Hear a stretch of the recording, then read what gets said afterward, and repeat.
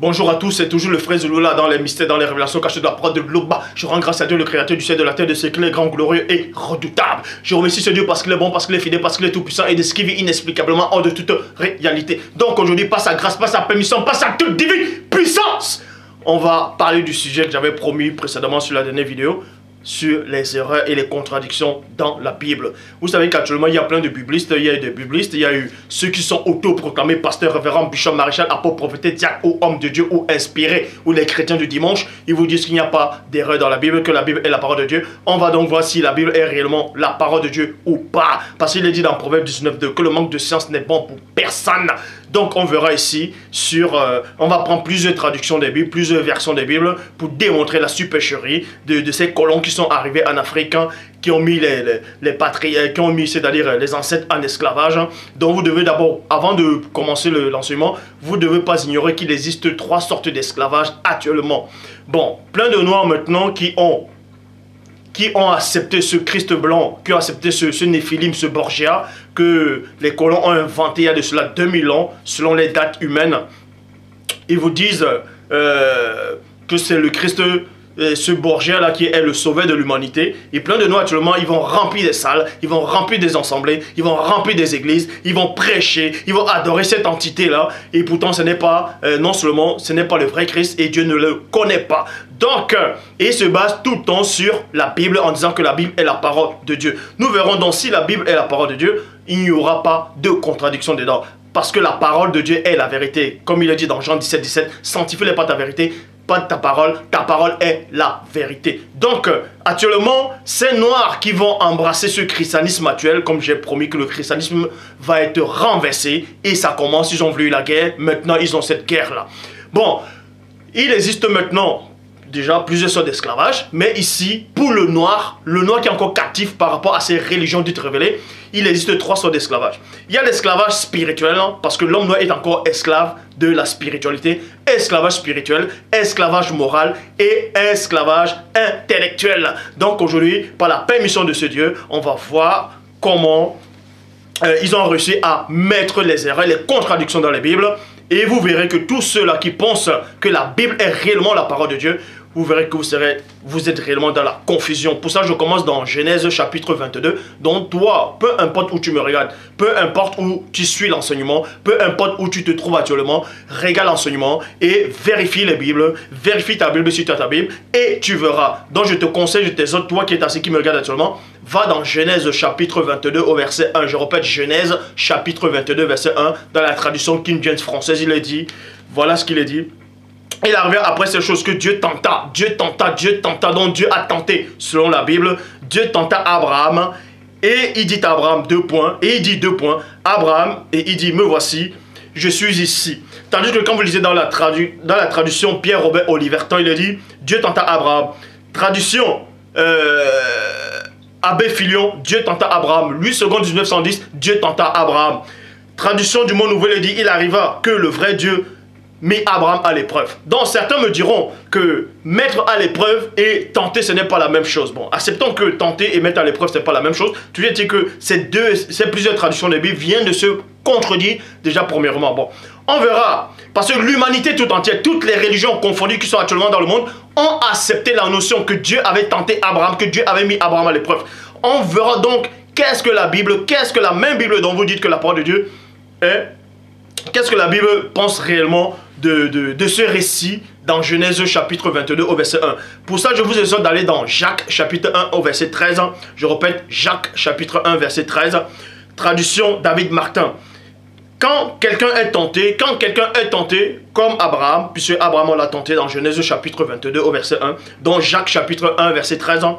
Quand quelqu'un est tenté, qu'il ne dise point, je suis tenté de Dieu. Point virgule. Car Dieu ne peut être tenté par le mal et aussi il ne tente personne. Donc on vous dit c'est là que Dieu ne tente personne. Bon, vous allez me dire que c'est dans une version c'est écrit tenter, maintenant d'autres versions c'est écrit épreuve.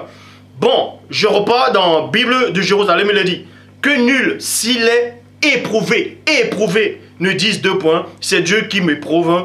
Dieu en effet n'éprouve pas le mal et il n'éprouve non plus personne. Donc vous voyez ici là, Jacques chapitre 1 au verset 13, contredit, je dis bien contredit, Genèse chapitre 22 au verset 1. Parce que dans Genèse chapitre 22 verset 1, on dit que Dieu a tenté Abraham, dans la traduction King James française, et dans d'autres versions, il dit Dieu mit Abraham à l'épreuve.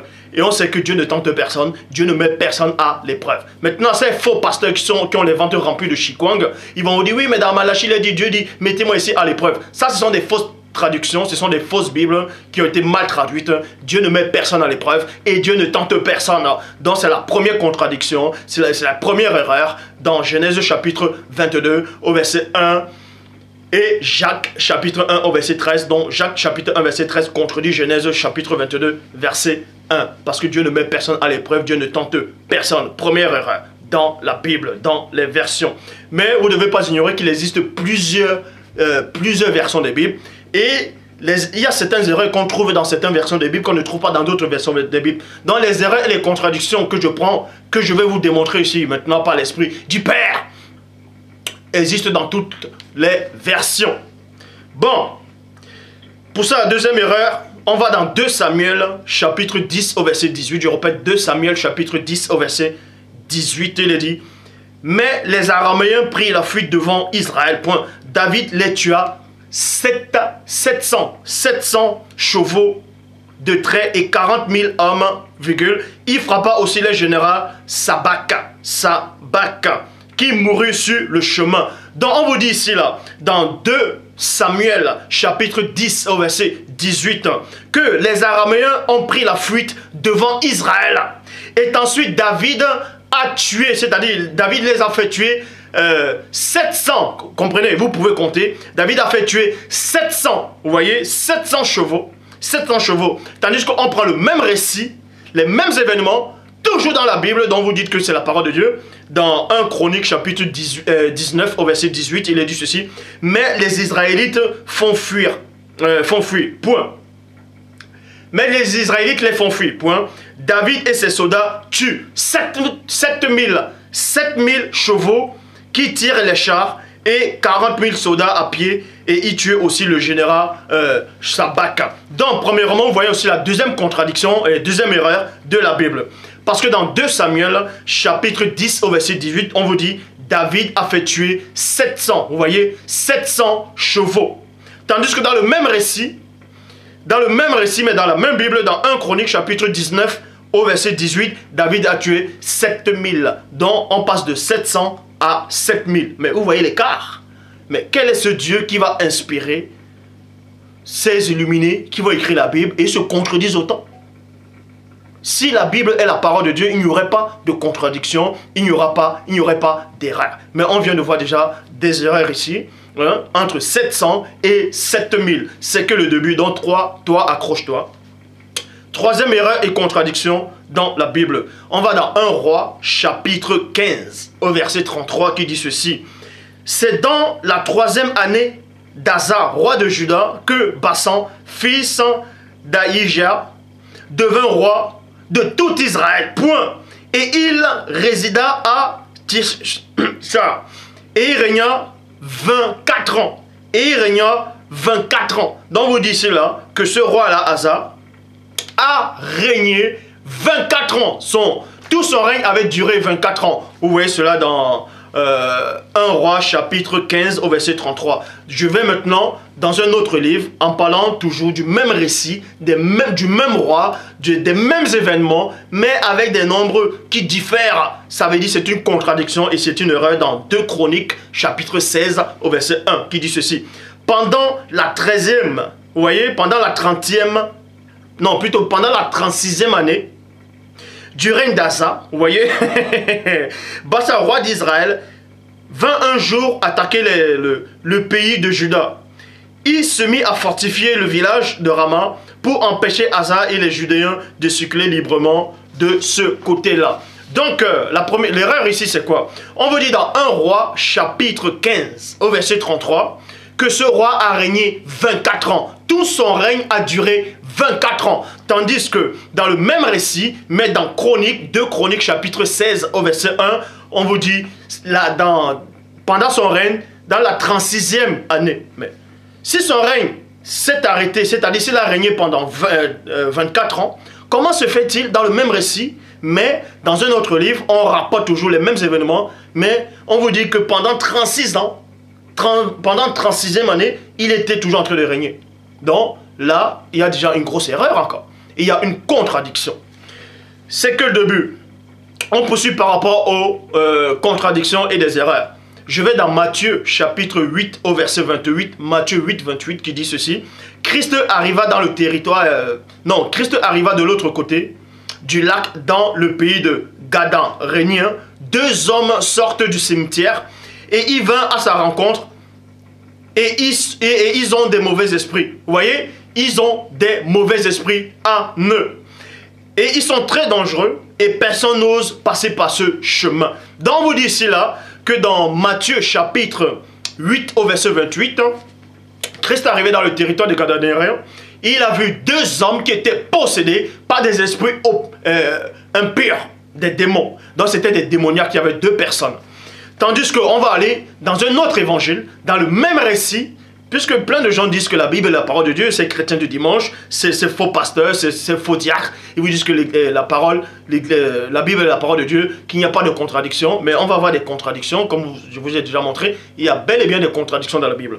Donc, Matthieu chapitre 8 au verset 28, on vous dit qu'il y avait deux démoniaques, tandis que dans Marc chapitre 5 au verset 1 à 2, on vous dit, Christ et ses disciples arrivaient plutôt de l'autre côté du lac, dans le pays de Gadaréens. Comme Christ sortait de la barque, aussitôt un homme possédé d'un esprit impur s'avança depuis des tombes à sa rencontre. Donc, Matthieu chapitre 8 au verset 28, on parle de deux démoniaques, tandis que Marc chapitre 5 au verset 1 à 2 parle d'un seul démoniaque. Donc, si c'est le Saint-Esprit qui a inspiré ceux qui ont écrit la Bible, en tout cas, qui ont inspiré Matthieu et Marc, comment se fait-il que Matthieu parle de deux démoniaques, tandis que Marc parle d'un seul démoniaque? Il y a déjà une erreur. Certains diront que ça n'a aucune importance, ce n'est pas ça qui sauve. Que ça sauve ou pas, ça reste néanmoins une parole que Dieu a envoyée. Et si Dieu envoie sa parole, il ne doit pas y avoir des erreurs et des contradictions. Dans Matthieu 8, 28, parle de deux démoniaques. Marc 5, 1 à 2 parle d'un seul démoniaque. Ça, c'est déjà une contradiction et une erreur. Donc, je repars maintenant, on va donner une autre contradiction, une autre erreur dans la Bible. Dans Matthieu chapitre 21, je répète, Matthieu 21, verset 1 à 2, qui dit ceci.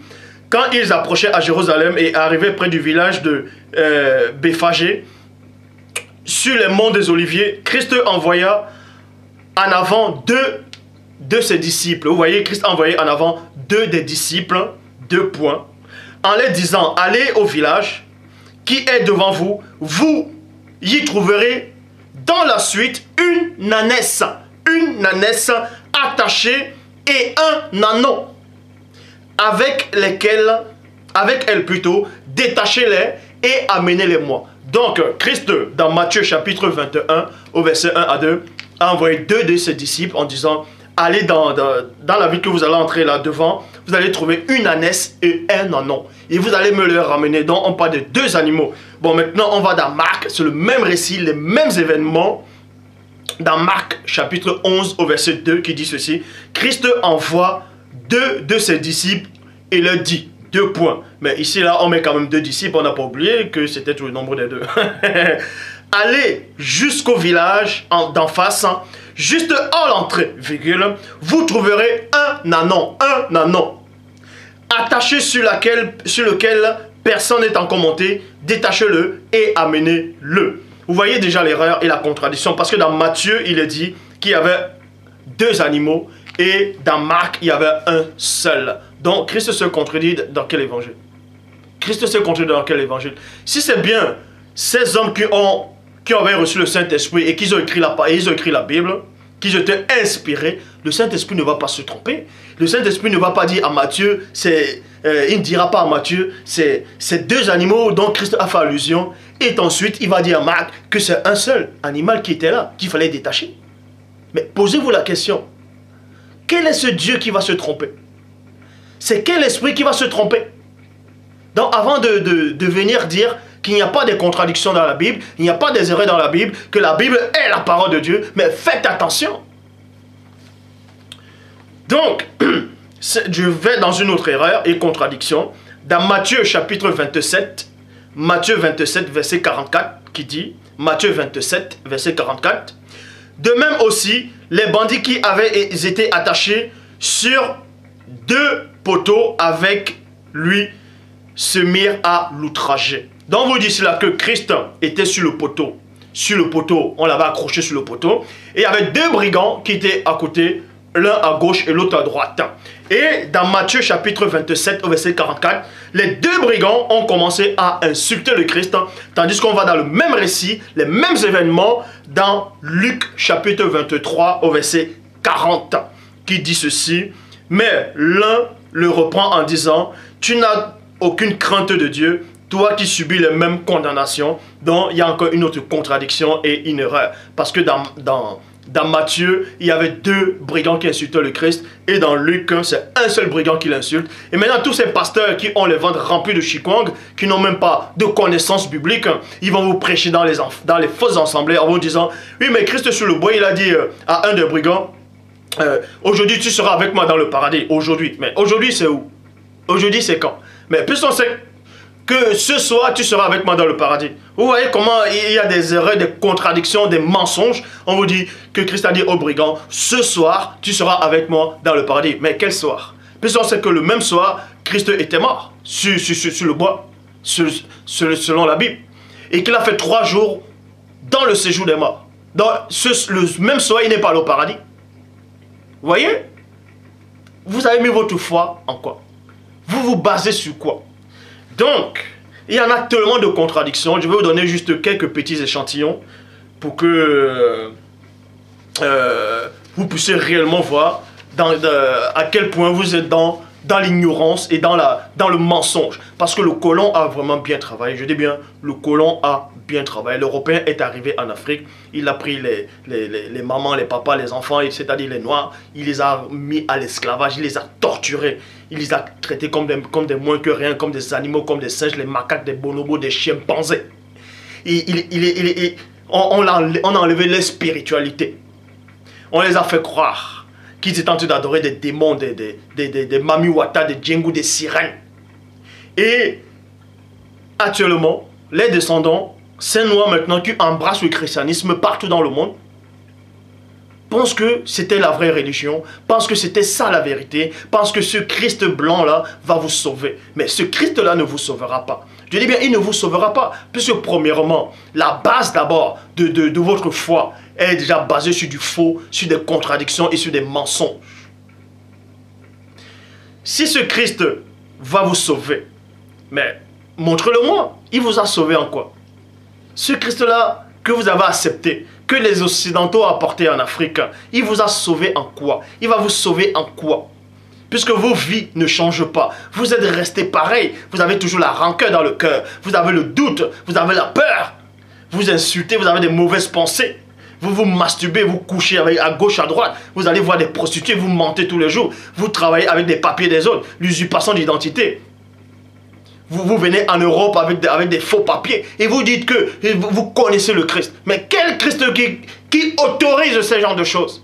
Le Christ, en tout cas le vrai Christ dit, si dont le Fils vous a franchi, vous serez réellement libre. Mais pose-toi la question, toi qui n'arrives pas à renoncer à la cigarette, toi qui n'arrives pas à renoncer au mensonge, toi qui n'arrives pas à renoncer aux mauvaises pensées, toi qui n'arrives pas à renoncer à l'adultère, aux femmes.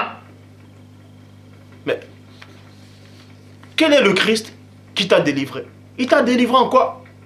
Vous voyez des noirs entre eux, ils luttent entre des religions qu'on a apportées en Afrique. Parce que vous n'avez pas de chromosomes. On vous a enlevé le chromosome. Je dis encore, tous ces chrétiens de dimanche, vous êtes dans le faux. Je dis bien, vous êtes complètement dans le faux. Dans le faux. Ce Christ blanc qu'on a porté en Afrique ne vous sauvera pas. Ce Néphilim, ce Borgia ne vous sauvera pas. Il ne vous sauvera pas. Puisque la base de votre foi, elle est fondée sur du mensonge. Elle est fondée sur des erreurs et des contradictions. La preuve. vous appuyez tout sur la Bible en disant que c'est la parole de Dieu. Et que, soi-disant, dans cette parole de Dieu, Dieu a envoyé son Fils unique pour qu'il sauve l'humanité. Mais j'ai démontré dans la dernière vidéo par l'Esprit de Dieu que Dieu n'a pas de Fils unique. Dieu a plusieurs fils. Mais aujourd'hui, on ne parle pas des fils. On est en train de parler des erreurs et des contradictions. Voici encore d'autres erreurs et des contradictions. Dans Actes des Apôtres, chapitre 9 au verset 7. Actes des Apôtres, chapitre 9 au verset 7. Il est dit ceci. Les gens qui voyagent avec Saul se sont arrêtés et ils n'osent pas dire un mot. Ils entendent la voix, mais ils ne voient personne. Donc, dans Actes des Apôtres, chapitre 9 au verset 7, on vous dit ici là, que quand Paul allait sur le chemin de Damas, il voulait aller attraper des chrétiens là-bas. Vous voyez, parce qu'ils étaient en train d'invoquer ce nom, ainsi de suite. Bon, on vous dit ici là que pendant le voyage, il y a, quand vous allez lire, il y a une grande lumière qui est apparue, il y a une voix qui s'est fait entendre. Or, dans Actes des Apôtres, chapitre 9 au verset 7, il est dit, les gens qui étaient avec Paul, oui, les gens qui étaient avec Paul, ils entendent la voix, mais ils ne voient personne. On va dans le même récit, les mêmes événements, la même époque, et dans le même livre, dans toutes les versions, dans Actes 22 au verset 9, il est dit, ceux qui étaient avec moi virent la lumière, mais ils n'entendirent pas la voix de celui qui parlait. Vous voyez encore des erreurs et des contradictions. Donc, Actes des Apôtres, chapitre 9 au verset 7, dit, ils n'ont pas vu de la lumière. Vous voyez, dans Actes des Apôtres, chapitre 7, non, Actes des Apôtres, chapitre 9, au verset 7, ils n'ont pas vu la lumière. Tandis que dans Actes 22, verset 9, ils ont vu la lumière. Vous voyez? Bon, voilà encore une autre erreur, une autre contradiction. On repart dans Matthieu, chapitre 28, au verset 1. Matthieu, chapitre 28, verset 1. Après le sabbat, à l'aube du premier jour de la semaine, Marie de Magdala et l'autre Marie allaient voir le sépulcre. Donc, dans Matthieu 28, verset 1, on parle de deux maris, on parle de deux femmes qui sont allées voir au sépulcre. Bon, le même récit, encore les mêmes événements, la même époque, le même jour, dans un autre évangile, dans Marc 16, verset 1, on vous dit, et quand le sabbat fut passé, Marie de Magdala, ça fait une, Marie, la mère de Jacques, ça fait deux, et Salomé achetait des aromates pour venir enduire Christ. Donc, dans Matthieu chapitre 28 au verset 1, il est question de deux femmes. Marc chapitre 16 au verset 2, il est question de trois femmes. Et dans dans Jean chapitre 20 au verset 1, on dit quoi? Le premier jour de la semaine, Marie de Magdala se rendit au sépulcre le matin, comme il faisait encore obscur. Et elle vint, et elle vit que la pierre était ôtée du sépulcre. Donc, regardez des contradictions et des erreurs. Bon, si, admettons une seule seconde, toi qui me regardes, que ceux qui ont écrit la Bible étaient inspirés par l'Esprit de Dieu. Mais pourquoi l'Esprit de Dieu les a pas fait dire exactement la même chose? Pose-toi la question. Essaie un peu d'utiliser tes neurones. Je sais que vous, la plupart plein de noirs, n'ont plus de neurones, n'ont même plus de chromosomes, parce qu'ils acceptent du n'importe quoi. Donc, je répète, dans Matthieu chapitre 28 au verset 2, on dit qu'il y avait deux femmes qui sont allées au sépulcre pour voir le corps de Christ. Et dans Marc chapitre 16 au verset 1, c'est trois femmes qui sont allées. Tandis que Jean chapitre 20 au verset 1, c'est une femme. Soit c'est trois, soit c'est deux, soit c'est une. Donc le Saint-Esprit s'est trompé. Donc ceux qui ont écrit cette Bible, on vous montre comment il y a des tromperies là-dedans. Il y a des mensonges des gens. Donc, vous avez basé votre foi sur du mensonge, sur des contradictions. C'est pour ça que vous-même, vous êtes comme ça, vous n'avancez pas. C'est pour ça que le colon vous a toujours, il vous attrape toujours. Le problème avec l'homme noir actuellement, c'est quoi? C'est que non seulement il ne veut pas lire, il ne sait pas lire, et il n'a pas envie de lire. Vous pensez que l'esclavage est réellement fini? L'esclavage n'est pas fini. Il y a encore trois sortes d'esclavage qui restent. L'esclavage spirituel, l'esclavage mental et intellectuel. Mental et intellectuel. Vous voyez tous ces noirs actuellement, ces églises, c'est-à-dire ces noirs qui vont dans ces chrétiens du dimanche et d'autres noirs qui sont dans d'autres formes et sortes de religions, sont exactement comme les noirs pendant la colonisation, pendant l'esclavage, parce qu'il y a deux sortes de noirs. Et les deux sortes de noirs là, c'est quoi? Pendant l'esclavage, il y a le noir qui travaillait dans la maison du colon, tandis que l'autre travaillait dehors dans les champs de canne à sucre et des cotons. Celui qui travaillait dehors, lui, il aspire à la liberté. Il veut toujours, il a toute tendance à vouloir fuir de cette domination-là. Tandis que le noir, qui travaille pour le colon dans la maison, c'est celui qui est connu actuellement sous le nom de le chrétien du dimanche, de ces faux pasteurs, de tous ceux qui se disent chrétiens et qui disent que la Bible tout entière est la parole de Dieu, qu'il n'y ait pas d'erreur. Eux, quand le colon est malade, il ne dira pas « Ah, mon maître est malade », il dira « Nous sommes malades ». Quand il y a quelque chose qui ne va pas à la maison, il va dire « Notre maison ». Et quand ces gens de colons, c'est-à-dire quand ces gens de noirs, on va les mettre dehors, on va dire « Prends ta liberté ». Il va dire « Mais c'est quoi la liberté ?» Vous voyez? Parce que Satan vous a dupé. Je dis bien tous les chrétiens de ce monde. Cela va vous choquer. Tous les chrétiens, tous ceux qui se disent chrétiens, qui prient ce faux Christ blanc là, aux yeux bleus, qui prient ce Borgia là, c'est abomination. Vous ne pouvez pas être sauvés. Vous allez être sauvés comment? Parce que c'est même pas Christ que vous priez. Déjà, on ne prie pas Christ. Vous priez qui là? Dieu? Mais vous priez quel Dieu? Parce que vos vies ne changent pas. Vous les voyez, ils vont à l'église presque tous les dimanches, d'autres ils font les nuits de prière, d'autres ils vont donner la dîme, ils vont faire des jeûnes. Mais vous faites ça pourquoi? Vous vous épuisez vous-même pour rien. Vous faites ça pour rien. Parce qu'il y a toujours des malades entre vous. Il y a toujours des menteurs entre vous. Vous ne vivez même pas la sainteté. Vous ne vivez même pas la spiritualité. Regardez tous ces noirs qui sont partout dans le monde entier. Qui sont dans toutes sortes et formes de religions confondues. C'est eux les plus zélés dans toutes ces religions. Pourquoi? Parce que la spiritualité est une question de race. Et Satan a compris ça. Les colons ont compris ça. Ils vous ont dupé. On vous a privé. On vous a enlevé de votre source. On vous a enlevé de votre spiritualité. Maintenant, vous donnez votre énergie à ce que les colons ont apporté en Afrique. On vous dit que vous n'avez plus d'histoire, que vous n'avez jamais eu d'histoire. Vous acceptez l'histoire de ceux qui ont colonisé. La preuve, quand vous allez en Afrique, à l'école, c'est quoi? Il y a la fac, il y a ce qu'on appelle déjà depuis l'âge depuis la maternelle. Là-bas en Afrique, on appelle ça SIL. SIL, c'est-à-dire CP1, ainsi de suite. La 6e, la 5e, la 4e, la 3e, la seconde, la première, terminale, ainsi de suite. Les livres d'histoire que vous étudiez, que la plupart que en Afrique ils utilisent, c'est quoi? C'est l'histoire des colons. C'est l'histoire des blancs. C'est l'histoire des occidentaux. Vous utilisez vous apprenez l'histoire des ancêtres des colons. On vous parle de Bonaparte, Napoléon. On vous parle de Galilée. On vous parle de la science, des découvertes. Et vous allez à l'école, par rapport à ça, vous avez des diplômes et ils sont les premiers à se vanter. Ha ha ha, j'ai bac plus 5. Mais bac plus 5 c'est quoi? Vous avez les diplômes en fonction de vos maîtres qui vous ont colonisé. Et vous dites que vous êtes sage. Et vous n'arrivez même pas à comprendre les Écritures. Vous n'arrivez même pas à être enseigné par la nature. Parce que la nature, elle enseigne que la spiritualité est une question de race. La nature, elle vous enseigne cela. 1 Corinthiens chapitre 11, au verset 14. La nature, elle doit vous enseigner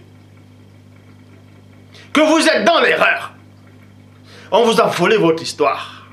On vous a fait croire que Dieu a envoyé quelqu'un et que c'est un juif, soi-disant de la Palestine, mensonge.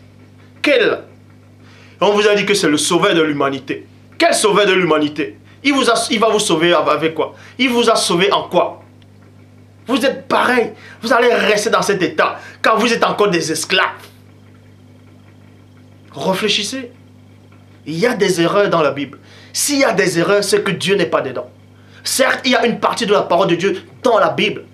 Parce qu'ils sont venus en Afrique, ils ont pris les récits de la Bible, plutôt les récits des patriarches. Ils ont modifié cela. Mais Dieu, dans sa présence, dans sa puissance éternelle, n'a pas permis qu'on modifie tout. C'est pour ça qu'il y avait un homme qui a compris cela, un patriarche noir, connu sous le nom de Jérémie dans les Écritures. Lui aussi, il avait compris cela. C'est pour ça qu'il est dit dans Jérémie 8:8, c'est bien en vain qu'ils se sont mis à l'œuvre la plus mensongère des scribes. On vous a dupé. Vous allez perdre votre énergie le dimanche, vous allez prier tout. Les dimanches, vous allez sauter, danser. Mais vous dansez pourquoi? Avec vos mauvaises pensées, avec vos fausses perruques sur la tête, vos tissages, vos rouges à lèvres partout. Vous allez crier, vous allez pleurer qui? Et vous dites que vous connaissez Dieu. Donc, comme je dis, dans Matthieu, chapitre 28, au verset 1, il y avait deux femmes qui sont allées au sépulcre. Marc 16, verset 1, c'est trois femmes qui sont allées au sépulcre. Dans Jean, chapitre 20, au verset 1, c'est une femme. Donc, c'est encore une contradiction, une erreur. Ça prouve qu'il y a bel et bien des erreurs dans la Bible. Et s'il y a des erreurs dans la Bible n'est pas la parole de Dieu. Si vous dites encore que la Bible est la parole de Dieu, ça veut dire que la parole de Dieu se contredit et votre faux Dieu aussi se contredit. Il y a aussi des erreurs dans sa parole. C'est pour ça que vous êtes comme ça. C'est pour ça que vous ne pouvez jamais avancer spirituellement. Donc, je repars maintenant dans... Je vais dans Matthieu chapitre 17 au verset 1. Matthieu 17 au verset 1. On vous dit ici là que 6 jours après, Christ prit avec lui Pierre et Jacques et Jean, son frère, et il les amenait dans une haute montagne à part. Donc dans Matthieu chapitre 17 au verset 1, Christ a pris 3 de ses apôtres, 3 de ses disciples, 3 de ses initiés, parce que ceux qui n'ont pas de chromosomes disent que ouais, mais le mot initié n'apparaît pas dans la Bible. Vous savez ce qui veut dire initié? Le mot initié apparaît dans la Bible. Parce que Enoch, ça veut dire initié. Donc si vous, pour votre ignorance, Enoch, ça veut dire initié, si vous ne comprenez pas. Et initié, c'est quelqu'un qu'on est en train d'être initié. Un initié, c'est quoi? C'est un disciple. C'est quelqu'un qu'on enseigne. C'est ça. Bref, donc dans Matthieu chapitre 17 au verset 1, Christ a pris 3 de ses initiés, 3 de ses apôtres, il les a amenés et il est allé. Et là-bas, il a transfiguré. Tandis que le même récit, les mêmes événements, mais dans un autre livre, dans Luc chapitre 9, au verset 28, on dit, environ 8 jours après,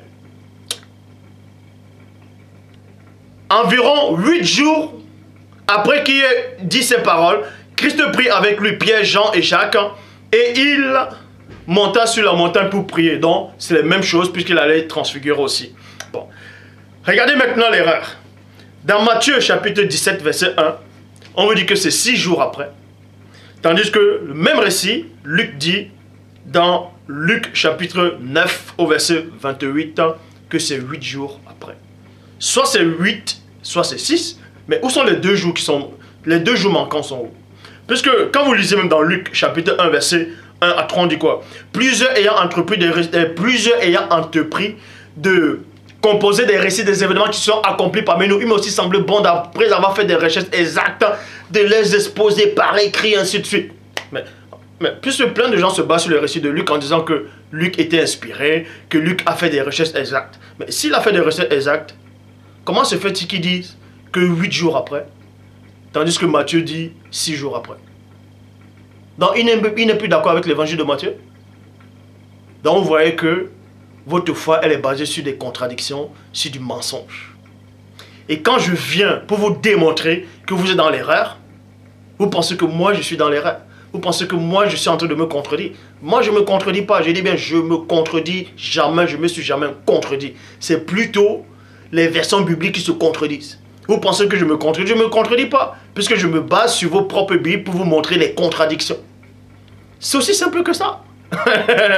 Donc, je dis encore, toi le chrétien du dimanche, toi qui me regardes, toi le noir, que tu sois chrétien ou pas, toi le noir, retourne au Dieu véritable, au Dieu ancestral.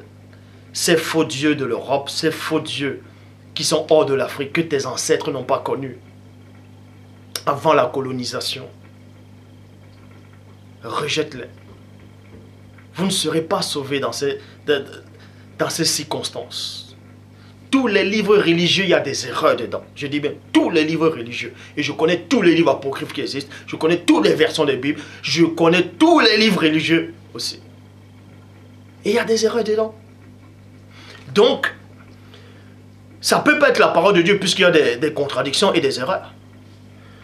Exode, chapitre 24, au verset 9 à 11. Exode 24, verset 9 à 11, on vous dit quoi? Que Moïse monta avec Aaron, Nabat et Abihu et 70 anciens d'Israël, et ils virent le Dieu d'Israël sous ses pieds.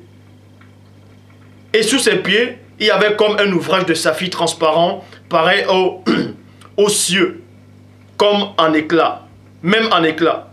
Et il porta point la main sur les nobles d'entre les fils d'Israël. Ils virent Dieu et mangeaient et burent.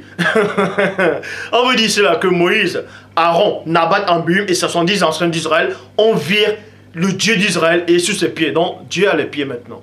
Dieu c'est un homme pour avoir des pieds. Dieu c'est un homme maintenant pour avoir les pieds. Alors que Jacques 23, 19 dit que Nombre 23, 19 dit que Dieu n'est pas un homme. Donc, si votre Dieu là, dont vous croyez, a des pieds, ah, c'est bien votre Dieu ça. Mais c'est la preuve que vous adorez une créature. Vous adorez une créature. C'est pour ça que vous êtes ainsi. Donc, on vous dit cela que Moïse, Aaron, Nabat, Abihu et 70 anciens d'Israël ont vu Dieu. On vit le Dieu d'Israël. Et on dit que sous ses pieds, il avait même des pieds.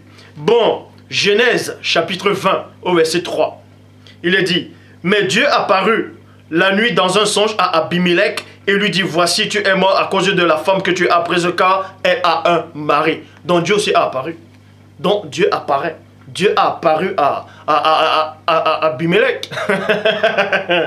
Bon, Genèse chapitre 32 au verset 30. Genèse chapitre 32 au verset 30, il est dit, Jacob appela ce lieu du nom de Paniel, car dit-il, j'ai vu Dieu face à face et mon âme a été sauvée. On voit ici là que Jacob aussi a vu Dieu. Juge 13, verset 22. Juge 13, 22, il dit, et il dit à sa femme, c'est Manoach qui dit à sa femme, nous allons mourir car nous avons vu Dieu. Nous allons mourir car nous avons vu Dieu. Et ben dis donc, ils étaient tellement avancés qu'ils ont vu Dieu. Et que Dieu avait les pieds. Et vous voyez ces faux pasteurs, avec les gros ventres remplis de chikwang, qui n'ont aucune connaissance. Ils viennent, ils sont assis. Ils se disent apôtres, prophétesses, diacres, prophètes inspirés. Ils sont là. Dans les assemblées, ils viennent flatter des fidèles qui n'ont plus de chromosomes. Ils disent, que l'ange de l'Éternel apparaissait et que c'est une théophanie. Ils veulent utiliser des phrases. La théophanie. Ils prennent le mot théophanie. Parce que dans la Grèce antique, pour ceux qui ne savent pas, ces démons-là, comme qu'on dit sous le nom de Zeus, Poséidon, Hadès, tous ces faux dieux descendaient sur des formes théophaniques. Ils vous disent que l'ange de l'Éternel, c'est une manifestation théophanique de Dieu le Père. Et on vous dit, Dieu est descendu, on attendait ses pas dans le jardin vers le soir. Il dit, hé Adam, tu es où? Donc Dieu ne sait pas. Mais on vous montre que votre Dieu de la Bible ne sait même pas. Votre éternel là ne sait pas. Il dit, Adam, où es-tu? Où es-tu? Donc Dieu cherche. Dieu cherche Adam. Parce que Adam était caché. Donc il dit, mais tu es où? Je ne te vois pas, tu es où? Ah, c'est ce Dieu dont vous avez mis votre espérance. Oh, franchement, mais réfléchissez. Vous dites que vous êtes intelligent, que vous avez fait des études. Mais vous ne réfléchissez même pas sur ce qui peut vous sauver, sur ce qui doit vous sauver.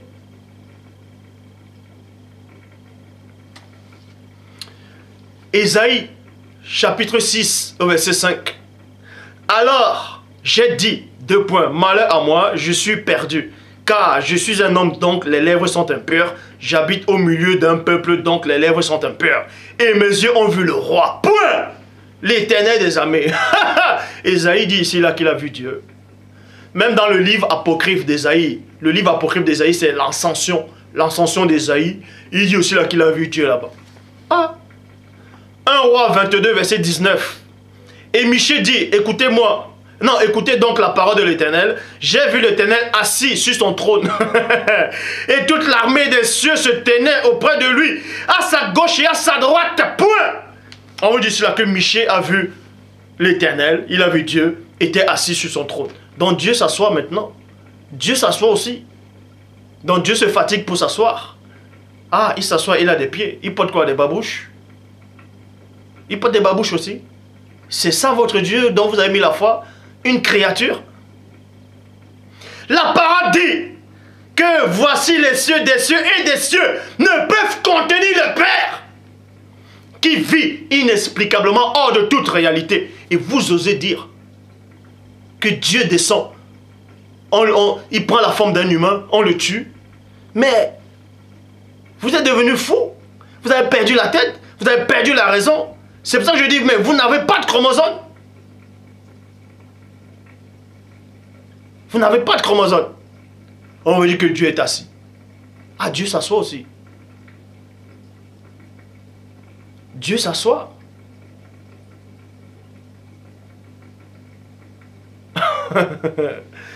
Bon, écoutez la fin du discours. Un Jean, chapitre 4, au verset 12. 1 Jean 4, 12. Et on sait ici, là, dans l'épître de Jean, que c'est Jean qui parlait dans l'épître.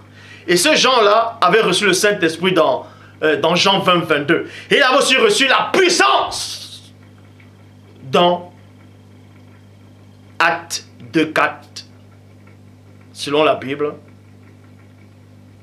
Et le même Jean, plus tard, il écrit dans 1 Jean 4, 12, en disant, on va lire, personne n'a jamais vu Dieu.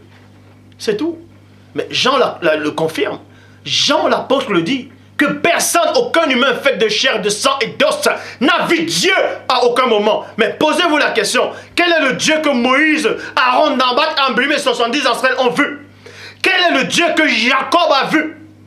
Quel est le Dieu que Michée a vu? Quel est le Dieu qu'Ésaïe a vu? Quel est ce Dieu-là, connu sous le nom de l'Éternel, qu'on pouvait voir, qui pouvait même manger des agneaux? C'est quel Dieu ça? Jean chapitre 1 verset 18. Personne n'a jamais vu Dieu. 1 Jean 4, 12. Personne n'a vu Dieu à aucun moment. Mais c'est quel Dieu dont on a vu avant là? Mais c'est ce Dieu-là dont que vous croyez. C'est une créature qui vous a séduite. C'est une créature qui vous a séduite. Réveillez-vous de votre sommeil. Vous ne serez pas sauvés dans ces conditions. La Bible n'est pas la parole de Dieu. Maintenant, ces noirs encore qui n'ont même pas de cerveau, et ces néphilim qui n'ont même pas de cerveau, ils vont dire, ouais, mais pourquoi tu te bases alors sur la Bible si la Bible n'est pas la parole de Dieu? Mais je leur ai dit encore.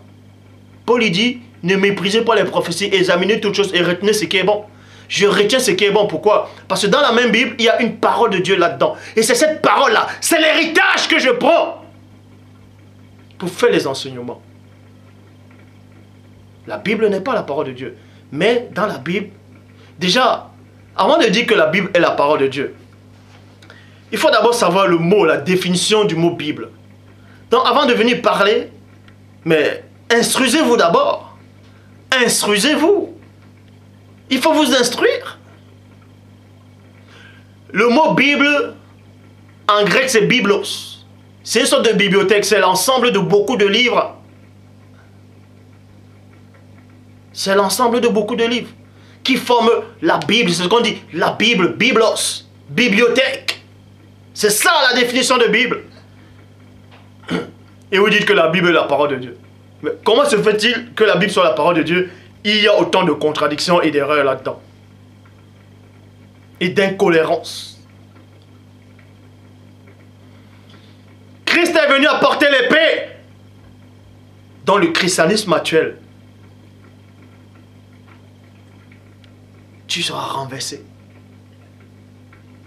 Donc, À tous ceux qui savent que le Père m'a véritablement envoyé, regardez mon visage. Il n'y a pas le doute là-dedans. Il n'y a pas la peur. Donc, n'ayez pas peur de ces... je dirais même pas de... Je dirais pas d'embryon spirituel, parce que le mot spirituel apparaît. Le mot spirituel apparaît, c'est un grand honneur. Hein? De Saint Mbomboka. Oui, le mot Mbomboka. Qui vous disent, ah, vous écoutez le message de la perdition de l'Antéchrist, vous allez aller en enfer. Quel enfer? Ils sont allés en enfer pour voir que le feu est en train de brûler, et puis ils sont revenus pour dire, vous voyez des gens qui sont empris sur les fausses visions. On voit les petites filles, et on les met sur YouTube. Oui, non, ils ont visité l'enfer parce qu'on dit c'est une petite fille, elle ne peut pas mentir. Ah, parce que les enfants ne mentent pas. On ne fait pas croire n'importe quoi aux enfants. Les gens vont vous donner les témoignages, ils sont allés en enfer, ils ont vu ceci, cela, ils sont revenus, Christ les a apparus. Ce Christ, quel Christ qui les a apparus? Le Christ avec les longs cheveux, ce Néphilim là. C'est ce Néphilim là qui les a apparus. Mais réveillez-vous, réveillez-vous. Je dis encore à tous ceux qui sont dans le monde entier actuellement, l'esclavage est toujours à actualité par rapport au mental, à l'intellect et à l'esprit. Réveillez-vous de votre sommeil. Réveillez-vous de votre sommeil. Réveillez-vous. Vous ne voyez pas que vous allez dans la perdition? On vous parle des antéchrists. C'est eux, les antéchrists. Ils ont renié le Christ véritable. Ils ont renié le Christ.